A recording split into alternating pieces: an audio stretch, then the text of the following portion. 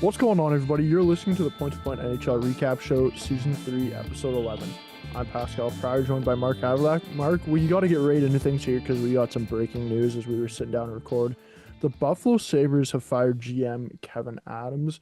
Urho Kekalainen is going to take over as GM. What are your thoughts about the firing? Personally, I think this is long overdue. Yeah, I definitely felt like if there was going to be a GM firing of some sorts in the near future, that he was definitely going to be the first one to go.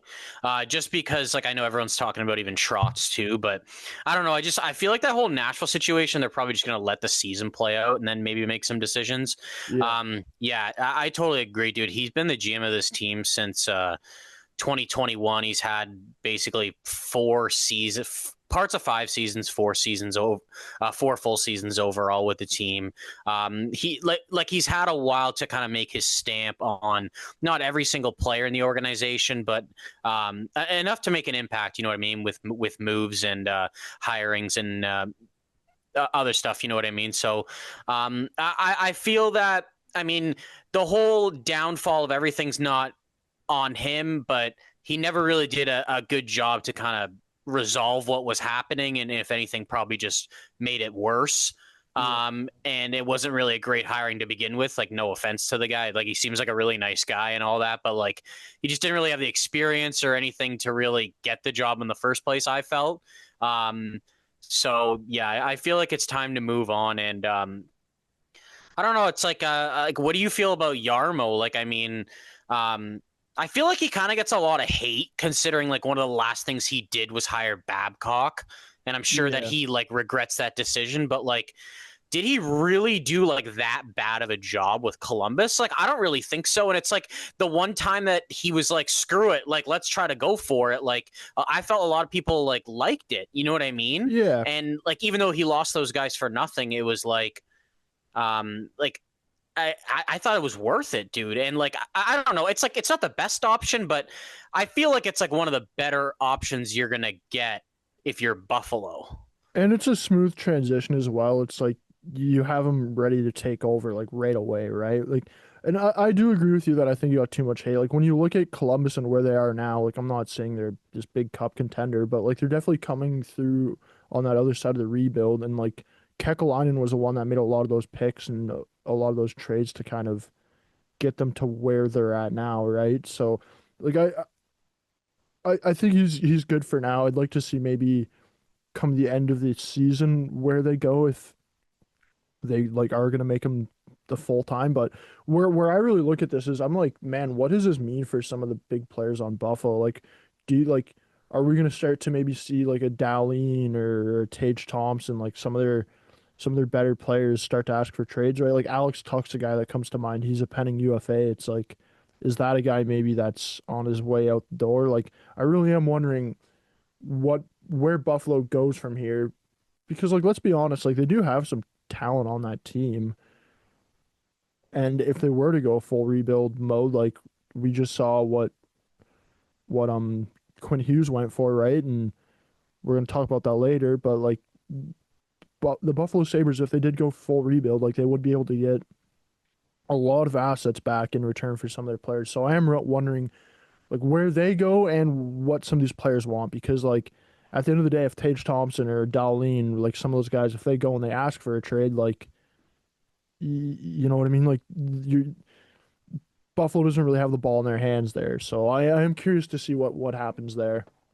I think the part of the problem with this, though, too, is that Pagula's got so much say about Yeah. what's going on that like, it's almost like, does Yarmo even still have like full control over this situation? Yeah. Like, here's the thing, like, everyone always talks about, and yes, it's obviously been a failure the last 14 years or so, but like, it's like, if you were given the opportunity and you had full reins on the decision of what to do with this team, like, what would you do? Like, I'm curious to know your thoughts, like, in accordance to, it's not always easy to just ship everything out and rebuild from the bottom again and be successful. Like, it doesn't work Yeah. for every team. And like, but at the same time, it's like, if you're going to try and keep Tage and Dahleen and maybe move out other stuff, like, how much more are those guys willing to to take before they want out. I just don't know if them shipping out everybody is like gonna be the answer long term either. You know what I mean?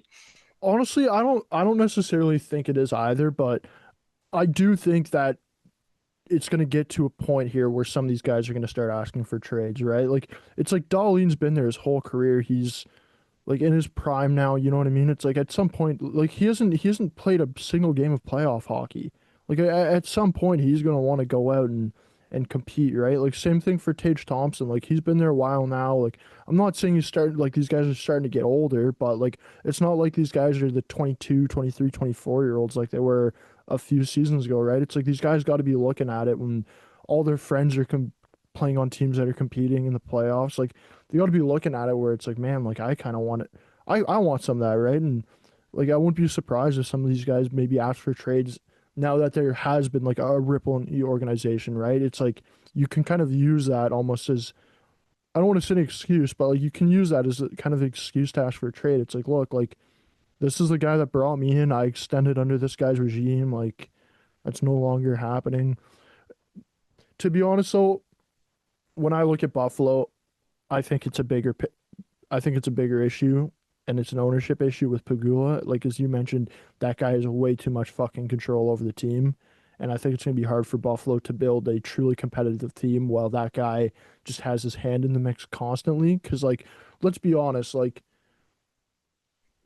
if you're the GM of that team, like as much as you want to do stuff and want to make trades and signings, like you have to run it all by him, man, and like that's not good for the organization. So I am definitely curious to see though where this kind of goes, and even if maybe Pagula takes a step back here. Yeah, I wonder if Yarmo has like kind of like I wonder if there's some sort of agreement where it's like dude, I don't have to run everything by you before I do Yeah. it. Like you know what I mean? Okay, so when you're saying about we're talking about guys leaving and stuff, do you think that Alex Tuck potentially leaving or going could have a huge influence on this? Yep.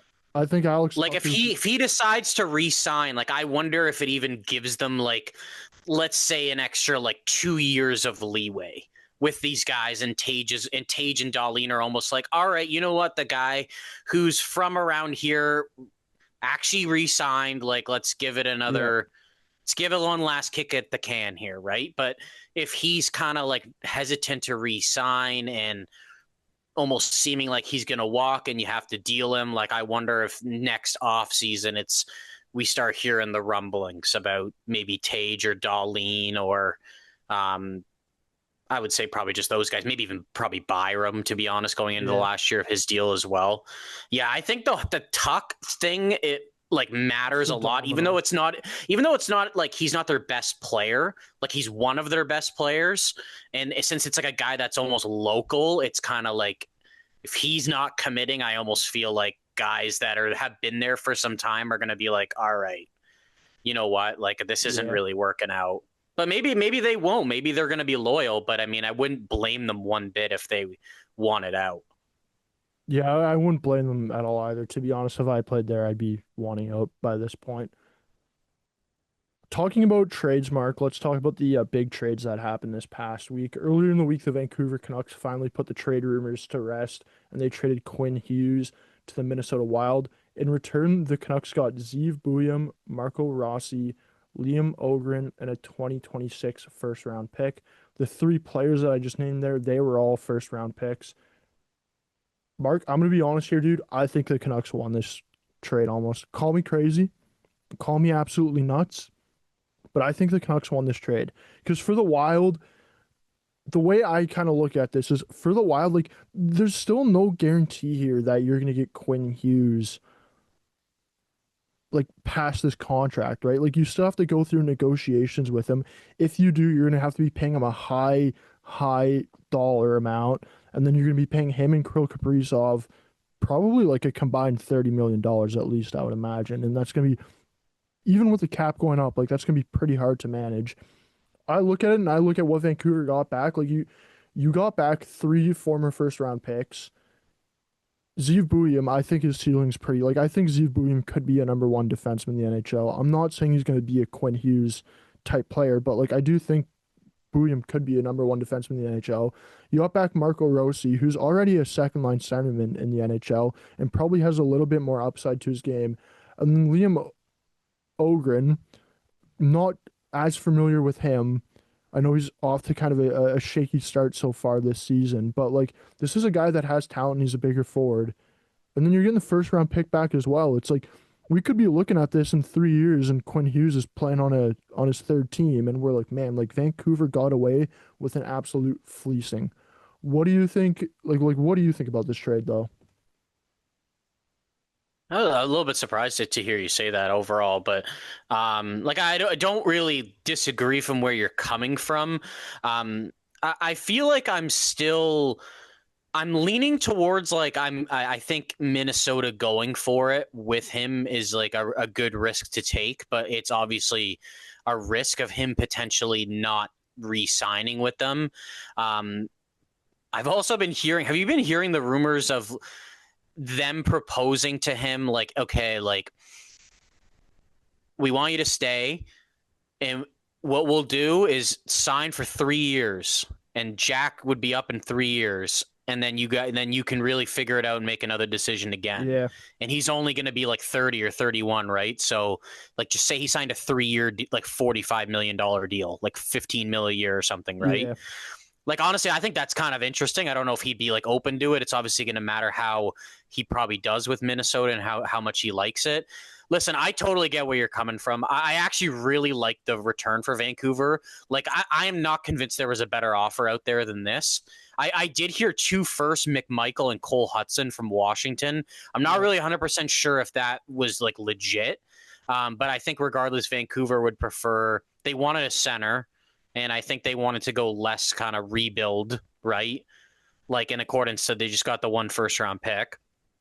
Um, but yeah, I love Booyam for the potential, the future. I think they got a top six center in Rossi. Ogren, you're kind of right, bigger forward. He's actually pretty fast too. Like his draft year, like there was a lot of talk about him going in the top 10, and then he went 19th, and he just kind of hasn't figured it out in the Yeah. NHL right so far. Like he only played like 25 games last year and like 18 this year. Um, but I mean, he's only 21. Like you got to give him a couple more years, I think, before you really have a say on that, him. I think as a legit prospect. The one thing I want to say though, I don't think it's getting enough credit is, man, I think you got to credit like Minnesota's drafting and like scouting team a lot Oh, on this. without a doubt. Like they technically gave up 4 first round picks to get Quinn Hughes, and like Booyam was a steal when it happened. Obviously, they see the potential in Ogren, and Marco Rossi is a guy they've had their eye on for quite some time. But the one thing I will say I'm a little bit nervous about, I would say, if I'm the Wild, is that fuck, dude, this division is hard as Yeah. shit. And honestly, okay, they're in a better position than they've been in the past 10 years to get out of the first round, and I'm still not even convinced that they're going to get out of the first round. Yep. If they're unless they're a wild card team and somehow get like Vegas and beat them, like, you know what I mean? But if they're a top 3 team in the division playing Colorado or Dallas, I'm still not convinced they're better than them. And Because here's my problem. Like, I think, and I'm not saying they're not going to do it, but their center depth is not good anymore. I'm sorry, yep. it's not very good. It's not a center core that's leading you to the conference finals past Colorado and Dallas at all. It can't compete with that. And look, they might have a top 6 center by the deadline or by the playoffs. But right now, I'm telling you, right now, their center depth does not scare me at all. And for me, like where I look at it, and I'm kind of like I do like the trade for Minnesota. Don't get me wrong. I'm not ripping on Minnesota here. I just think it's very very risky the deal they made. It's like you gave up three former first round picks who are all playing in the NHL right now and who all have some more upside, right? Like these are guys that are making impacts right now in the NHL. It's not like these guys aren't on the team. And then you're also giving up this year's first round pick. And for Minnesota, like you mentioned, like they're in a tough division. Like there's no guarantee they even get out of the first round. It's like if Minnesota, Minnesota basically doing this trade really, it really does feel like they really went into like a we got to win within the next 3 years type of thing. If not even more, like we got to win when Here's what I Hughes is on wonder his though, dude. contract. Here's what I wonder though. Like, I wonder how much, like, I wonder if, like, Kaprizov re-signing, like, there was almost like he was kind of like, if you could find me another elite player, like, you know what I mean, kind of Yeah. thing. But also, here's the one thing I'll say too that I was kind of thinking about that kind of contradicts what I said before. But okay, say they didn't make this trade, kept Bowie, Rossi.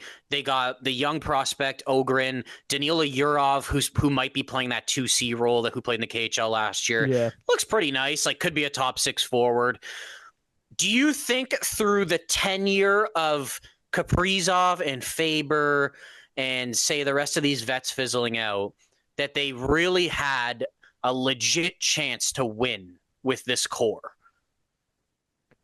Because I I'd also say think that, like, he's trying to give them a better chance against these guys, which I will say they have 100%. yeah. But it's also like, I also don't really see before this trade, did you really think like, fuck, like Minnesota, like, the cup could be theirs in 5 years or 4 years? Like, I wouldn't say I'd necessarily be thinking that, even though I think they are going to be probably a consistent playoff team over the next coming years, even without Quinn Hughes. Honestly, I would have said I could have seen it in like a couple years when like Ogrim and Rossi and Buium and some of these other younger guys are fully developed, right?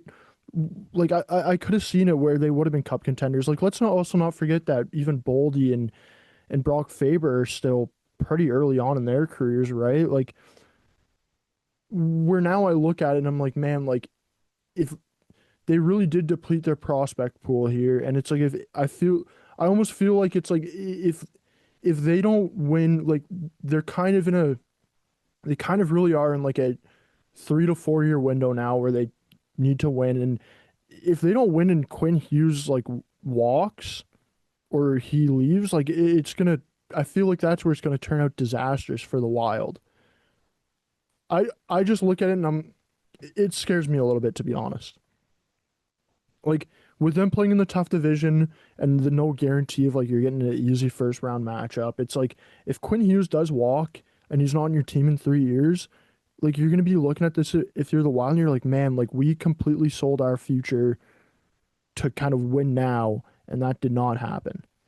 So And you're it is a big you're risk. fully sold that, like, Quinn wants to go to Jersey.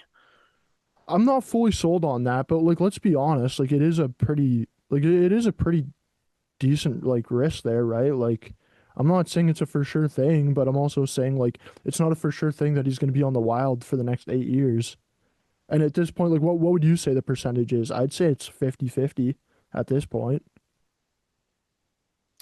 that No, he's on but the Wild. I feel that I I don't know. I'm kind of more in on Billy G going for it. I just don't think Yeah. right now it's really gonna work out unless they make another move like to get like a top six center now. But I mean, he's got balls, dude. It doesn't like they Yeah. could be we could be talking about a different team like at the trade deadline, right? So I feel like we still got to give this a little bit of time, but right now I'm just not convinced. Like, fuck, they'd probably beat a lot of teams in the first round, but it's just like the way they're situated. Like, it's such a hard division to get out of, right? Like, it's almost the Yeah. Atlantic Division a couple of years ago. Like, the Leafs are always getting the tough matchups, and you know what I mean. So they're in a better situation than they were last week, but I still don't think it's necessarily good enough just because of how good those two teams have been. Right? They're 1-2 in the league. Yeah, like it's a tough division to get out of. Honestly, man, like I'm hoping this trade works out for the Wild because like I do like Billy G going all in on it. For me, I'm just the cautious type. Looking at it, I'm like, if it goes wrong, it could go very wrong. So what would you have preferred them to go? Like, go get like another top six forward or something that can like score? Because I would that's what I've been hearing about, like what they should potentially do. I would have liked to see them go out and get like a number one centerman with some term left on his deal. That's what But I would have liked to who see. though? Like number one centerman. Like what? That's almost like harder than trying to find a goalie right now. Call up Kevyn Adams. Call up Kevyn Adams. Well, he'll give you anyone now. He's not I'll give employed. you, yeah. But like, I think honestly, even with this Quinn Hughes trade, like if Quinn had, let's say, 4 years left on his deal, I would have been like, dude, I would have been perfectly fine with it. I just think the term on Quinn's deal, it's a little short, and if he does leave, like you're maybe not getting your bang for your buck of what you're giving up in this trade. I will say though, like what I the other interesting thing, which I know you texted me the other day, and like I'm not saying this is gonna happen, but like based off what we've seen from Billy G this past week, like it wouldn't be surprised me if he's trying to put something in the works here, even calling like Minnesota would have the assets to trade for Jack and Luke Hughes. So like you could pull the ultimate 360 here, There's and no way this is happening, dude. I don't think it's gonna happen either. But hey, you never know. I never thought a week and a half ago, I never thought Quinn Hughes would be a Minnesota Wild. So you never know. Let's stay out west, Mark, and talk about the Edmonton Oilers. They've also been active on the trade market this week. They sent Stuart Skinner, Brett Kulak, and a second round pick to the Pittsburgh Penguins. In return, they got Tristan Jarry. So it was really just a goalie swap, and Edmonton had to throw in a little bit extra there. What are your thoughts on the trade? Oh man. I uh I guess you could say like first of all, crazy that this is the second biggest trade of the day. Yep. And I don't like it for the Oilers. I don't. I really don't. Is probably the best way I could put it. Look, I think there. Okay, look, there is potential. It could be better, but Yeah. I'm not convinced it is better. To be quite honest with you, um, Tristan Jarry was on waivers in January. He's been pretty inconsistent throughout his career. He's been injured quite a bit. Because, dude, listen, we could talk about Stuart Skinner, about whatever.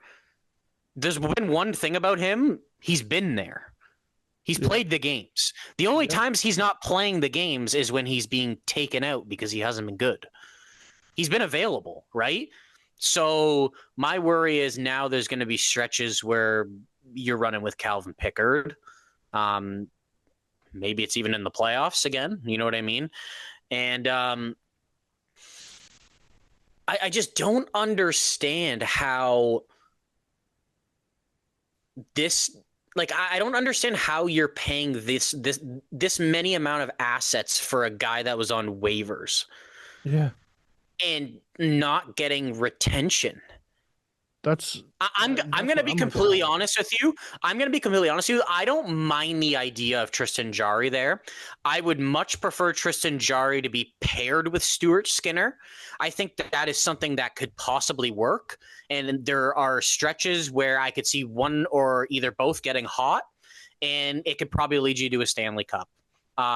Because we see tandems now and it's just how it is, and there's not full tilt starting goalies available, and Yeah. it's kind of what you just got to do. But I just don't understand how this is better for them. Yeah. I don't get it. It's the salary is like you're bringing on another guy. It's like with a questionable contract for 3 years, and it's like here's the thing, dude.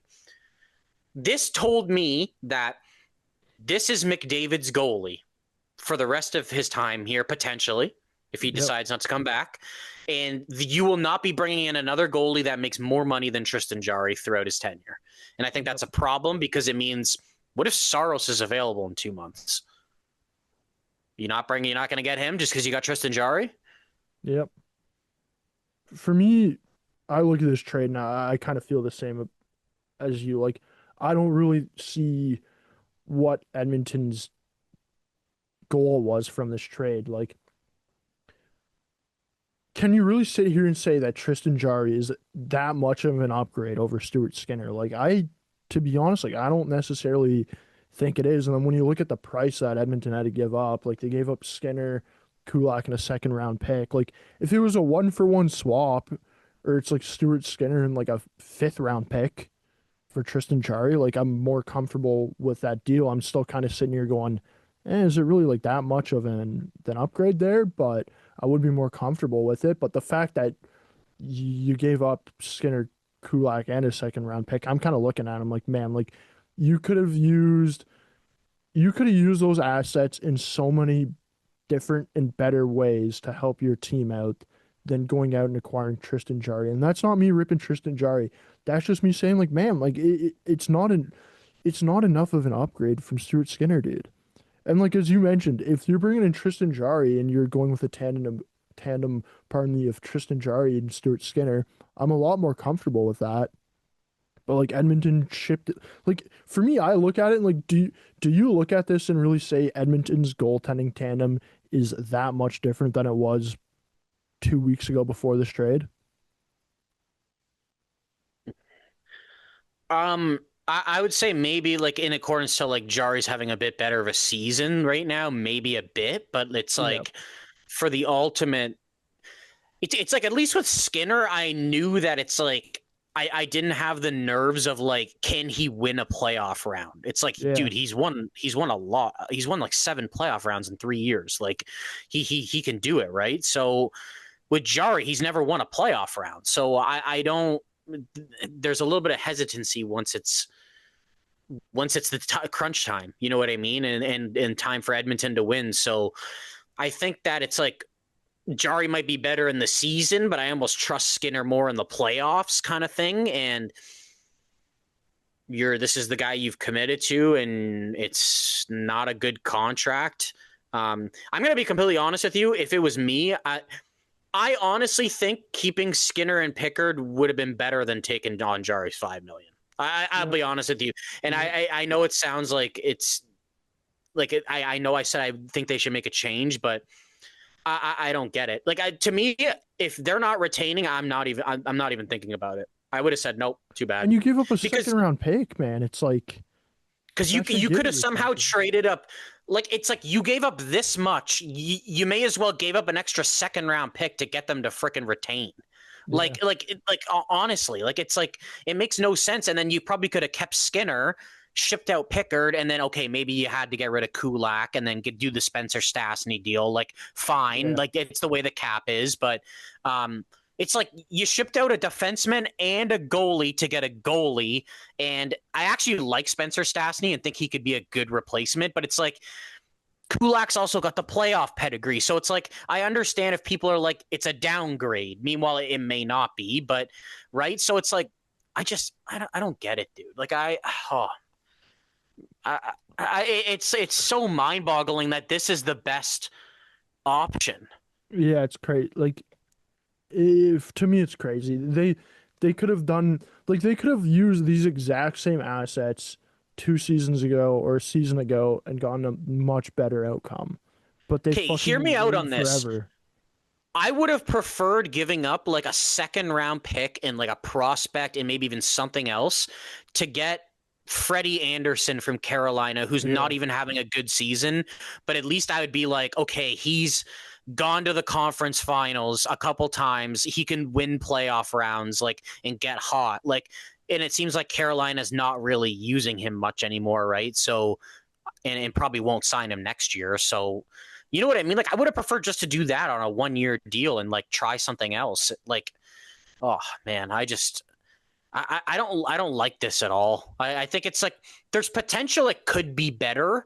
Like I'm it's not that I'm not seeing that, but I'm also like way more nervous come playoff time. Like, do you think they're gonna move Pickard too and do like a full Colorado?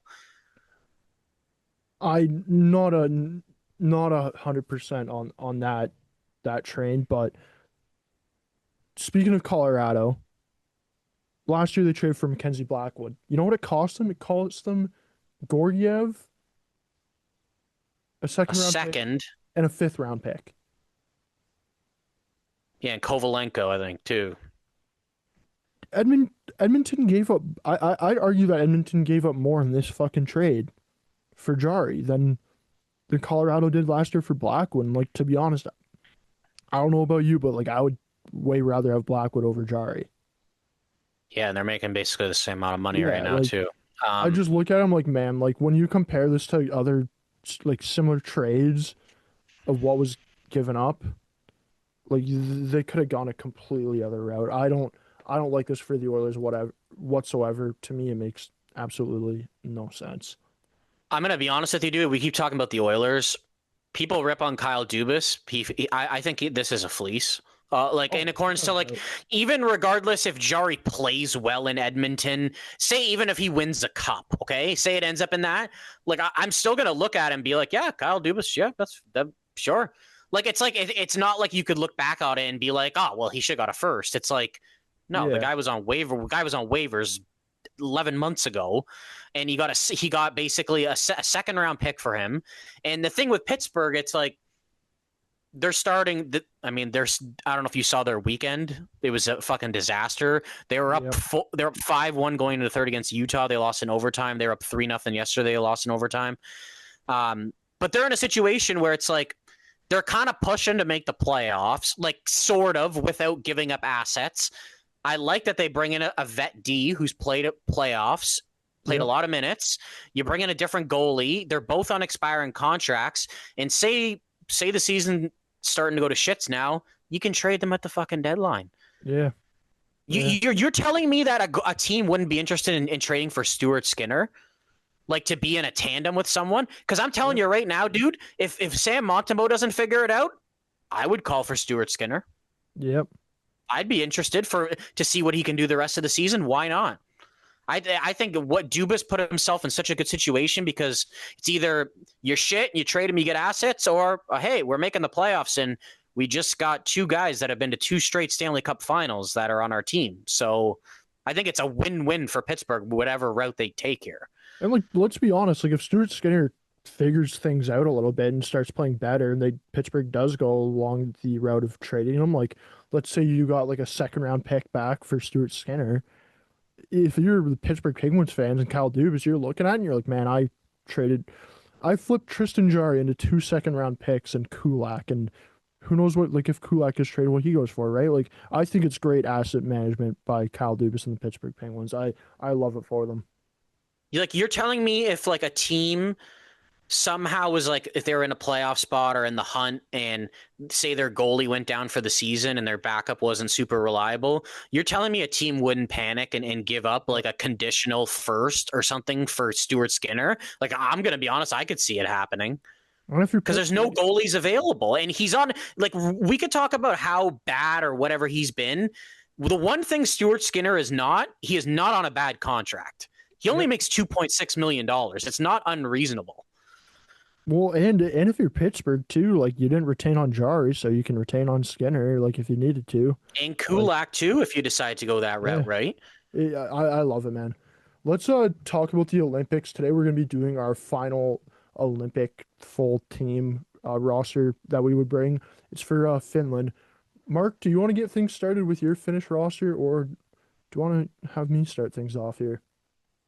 Yeah, I'll start things off today if you don't mind. So, Team Finland, I think they're going to be an interesting team definitely at this tournament. Yeah, I mean, Four Nations, they weren't really much of a threat without Heiskanen, but he'll be there this tournament hopefully. So for Finland, for line one, I've got Aho centering Lehkonen and Rantanen. Second line, I've got Hintz centering Granlund and Teravainen. Third line, I've got Lundell centering Luosterainen and Kakko. In the fourth line, I've got Oliver Kapanen centering Tolvanen and Armia. The two forward scratches are Patrick Laine and Eric Halla. On yep, defense, I've got Lindell with Heiskanen, Mikkola with Ristolainen, and Oli Mata with Henry Jokiharju.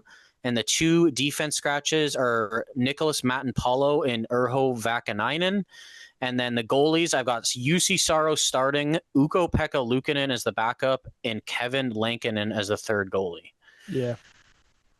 Not too many differences there from your team compared to mine. I agree with you. I think this is going to be an interesting team here to watch at the Olympics. Starting off with my team, my first line, I got Gramlin with Hintz and Rantanen. Second line, I got Lehkonen with Aho and Teravainen. Third line, I got Listerainen, Lundell, and Kakko. And then on my third line, I got Kapanen, Kotniemi, and Armia. And then for my two scratches, this is where it's a bit questionable. I brought Holla and Kivaranta. If Patrick Laine is fully healthy and ready to go, like I'm taking Patrick Laine. For me, I just don't know where he's fully at right now. I'm not an actual GM of Team Finland, so I put Kiviranta in instead. And then moving on to my defense, I got Lindell playing with Heiskanen.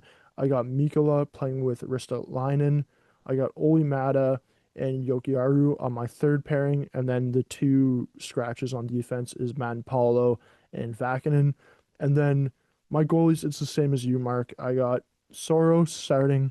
I got UPL as my second goalie, and then Kevin Lankinen is the third goalie. So not too many differences there in our teams. It's also Yeah. harder when there's a whole lot less players to choose from, right? So I think the only difference really was you had Kotkaniemi and I've got Oliver yeah, Kapanen. Um, I got Kapanen as well. I just haven't played in the wing. oh, Yeah, you got Oliver. Wait, Kasperi or Oliver? Oliver. Oh, Sorry, you have Oliver. Okay. I should have Okay, clarified that. Yeah, it wasn't him. I don't know who. I don't know who I maybe do you have Yoel Armia? I'm gonna be honest. I might have missed that. I have Armia as well. I Okay, think I the don't know who. difference I don't know what the one difference was on the other side. Then. the difference was I didn't take Tolvanen and Line, Oh, and okay, I took okay. So that's what Holla it is up and front. Kotniemi instead. Part of the reason for that is with no Barkov at this tournament, like I was doing this team and I'm like, man, like they don't have a lot of center depth, to be honest, Hmm. which is part of the reason why I was bringing Kotniemi. I was like, if somebody goes down, he can fill in that role. Same thing with Holla. Same thing with Kapanen. Because, like, let's be honest, like, if a centerman goes down, the last thing I want is to have Anton Lundell or Granlund playing in my fourth line center position. Because then it really does take away Yeah, kind of yeah. I mean, they a do couple have a wings. couple options for like guys that are on the wing that could play center, like Granlund, Loisterainen. Yeah. Like that's why I took Eric Holla. Like I was kind of wrestling with him as my last guy. I didn't end up taking Kotkaniemi. Like Michelli's just not having a good year either. I didn't end up taking him. Yep. And the other guy I honestly wrestled with just to bring a little bit different of a dynamic, just because he's a little bit more physical, is Atu Ratu.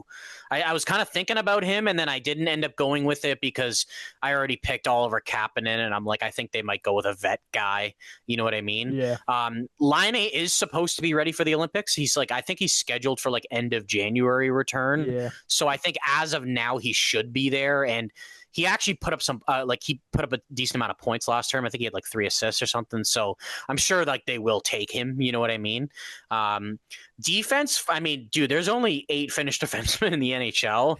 So, I mean, there wasn't Pretty really much easy of a there. debate unless they go the route of taking a European guy over an NHL guy. But I don't really see that happening. Ristolainen hasn't played this year yet, but I mean, I think he's been skating like non-contact, so he Yeah. should probably be ready for the Olympics. So there wasn't really like any debate on D for me, I guess. It was just kind of like who's in the lineup, who's not in the lineup, and the only guy I wrestled with was Matt and Paulo and Yoki Haru, basically. And then in net, it was like Saros is definitely the guy. Lankinen's kind of having a shit year. Like UPL's not really having a great year, but it's probably been better. So I don't mind him being the Yeah. backup. And then it's like, I think I'd still prefer Lankinen over Korpisalo, Huso, or Eustace Annunen. Yep. So I have the same 3 goalies as last year going. Like Finland doesn't really have that goalie depth. They just got the one guy kind of. Yeah. I will say though, like if you did have to put UPL or Lankinen in for like a game, like it wouldn't scare the shit out of me, to be honest. Like I wouldn't be like, yay, we get to play one of these guys instead of Soros, but like I wouldn't be like shitting my pants and marking it down as a guaranteed loss type of thing. You know what I mean? Like I do agree with you that they don't have the goalie depth of some of these other bigger teams, but like, hey, we were talking about Sweden. We were talking about Sweden last week, right? And like I had Markstrom on your team, you didn't have Markstrom on the team. It's like as of right now, like would I rather play Markstrom, UPL, or Kevin Lankinen in a game? Like to be honest, like it's pretty close, right? I guess the difference is one's the third goalie, one's the backup, right? But Yeah, for me, Yeah. I found doing the Team Finland today, it was probably the toughest one we've done so far, Mark, to be honest, because when I was doing the roster, I'm like, fuck, man, if any of these guys have injuries, like it's gonna be kind of tough to find some filler players for them. The D, dude. It's the D is like, Yeah, remember last year they lost Heiskanen and fuck. Who else was it? Was it Mikkola or Lindell? No, Lindell played. I was it? forgot. They lost a second D. Yeah, I remember, right? And they were so thin and no one gave them a chance going in. But the problem is this tournament, it's like, dude, they lost Barkov. Like, it's like, fuck. yeah, Like, he would have gave them so much better of a chance. Like, you know what I yeah. mean? It would really change that top six if he had Barkov going in this tournament. Mark, time for the last segment of the show. It's time for the trivia segment. I know you were texting me earlier today, sending memes about what you were picking, and to be honest, I'm fucking scared right now of what trivia you're about to hit me with. But I want to go up first and just get this over with. So, what's my I don't, trivia I don't know question? why I really scared you. You just said, let's do trivia. And I'm like, I already got mine ready. I wasn't This was trying to like the scare you. It was tone, the just, tone of it, I guess. I don't know. all right. So we were talking about goalies a couple weeks ago and assists. And I was like, I kind of wanted to look into more like goalie stats. I'm obviously the goalie guy on the pod, goalie nerd. Yeah. So I've been kind of keeping track over this for the last couple weeks until I could really bring it up and ask you. So this is kind of interesting fact about goalies this season too. 32 different goalies have a shutout this year. I'm not asking you to name them, don't worry. But I felt that was a pretty interesting, like, dude, that's like, I know there's been third goalies playing and stuff, but that's Yeah. legit like half of the goalies, like, you know what I mean, Yeah. almost. 14 different goalies have multiple shutouts this year, and 9 different teams have both of their goalies have a shutout. That's pretty interesting. So this means that 1, 2, 3, 4, 5, 6, 7, 8, 9, 10, 11 teams this year do not have a goalie on their team that has a shutout. So, I mean, their team in general does not have a shutout. And I'm going to give you 90 seconds to name the 11 teams that do not have a shutout this season. The 11 teams that don't have a shutout this season. Okay. Let me know when the time starts. All right, you are going now. I'm gonna say the Leafs. Leafs actually got a shutout last week from Dennis Hildeby. Okay. Um, I'm gonna say Montreal. Montreal, fuck it. I think they have one though. Montreal does not have a shutout. They don't have a You're right. shutout, really. Okay. You're correct. I'm gonna go with the Red Wings. Correct. It's 2. Moving out west, I'm gonna say the Oilers. The Oilers, I mean, Skinner's got a couple shutouts, so yeah. Okay. I mean, that still counts to me. What about the Penguins? The Penguins, actually, all 3 of their goalies have a shutout this year. Okay. Nashville. Nashville, correct. So you have 3 teams so far. 3. You got 40 seconds. Chicago. Chicago's got a shutout. Okay. I'm gonna say Vancouver. Correct. That's 4. Okay. Who else? San Jose. Correct. That's 5. Buffalo. They've got a shutout. They got one. What about You got 12 Ottawa? seconds. What about Ottawa? Correct. Correct. That is 6. Okay. I'm almost halfway there, dude. Um, 5 seconds. Last guess, I'm gonna go with the Islanders. Incorrect. Both goalies on their team have a shutout Yeah. this year. So you got 6 out of 11. The full list is Anaheim, Boston, Columbus, Detroit, Montreal, Nashville, Ottawa, Philadelphia, San Jose, Vancouver, and Winnipeg, actually. Damn. Yeah. Yeah, it's I kind of just thought interesting, dude. Hellebuck would have Pittsburgh, had at least all one. Jari, Seelobs, and Murashov all have a shutout. Yeah. Like Washington, Lindgren, and Thompson got one.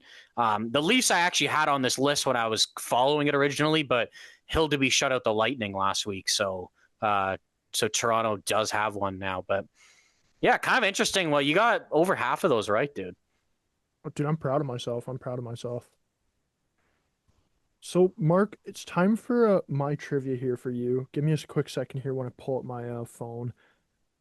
My trivia is actually a very interesting one. And I know you're going to hate this. I know you're absolutely going to hate this. The trivia I decided to do is I want you to name the 5 players across the NHL with the lowest shooting percentages For just this season, for just this season. And I'll give you a hint because there's a lot of players you might have to name. is there a certain threshold on this though? Like, is it like, are you gonna Like it's be all like, is one of them some random AHL guy who's played like no, 4 games? no. All these guys have had like over 40 shots on goal this season. Okay. I'll just give you a hint here because it's gonna be a bit harder than normal. All 5 of these players are defensemen, so you're not gonna have to guess forwards Oh or God, I already goalies, of had a course. guess, and I thought it was a forward. I was gonna say Marcus Foligno, dude, because he didn't have a goal in like 28 games or something. All right, let me know when you're ready and the time will start. I'm ready to go. All right, timer starts now. Honestly, Brett Kulak, No, uh, John Carlson. no, Oh God, I'm not getting any of these. Um, Noah Dobson, no, mm, Marcus Pettersson, nope, Mikey Anderson. no. Holy shit! I think the defense thing is throwing me off now.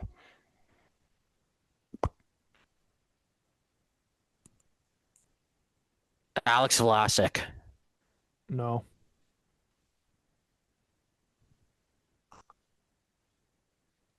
Essa Lindell, no. I might have sewered you here. Thomas Chabot. No, This is brutal. Dmitry Orlov. no, Fuck, dude. I don't think that guy has a goal this season.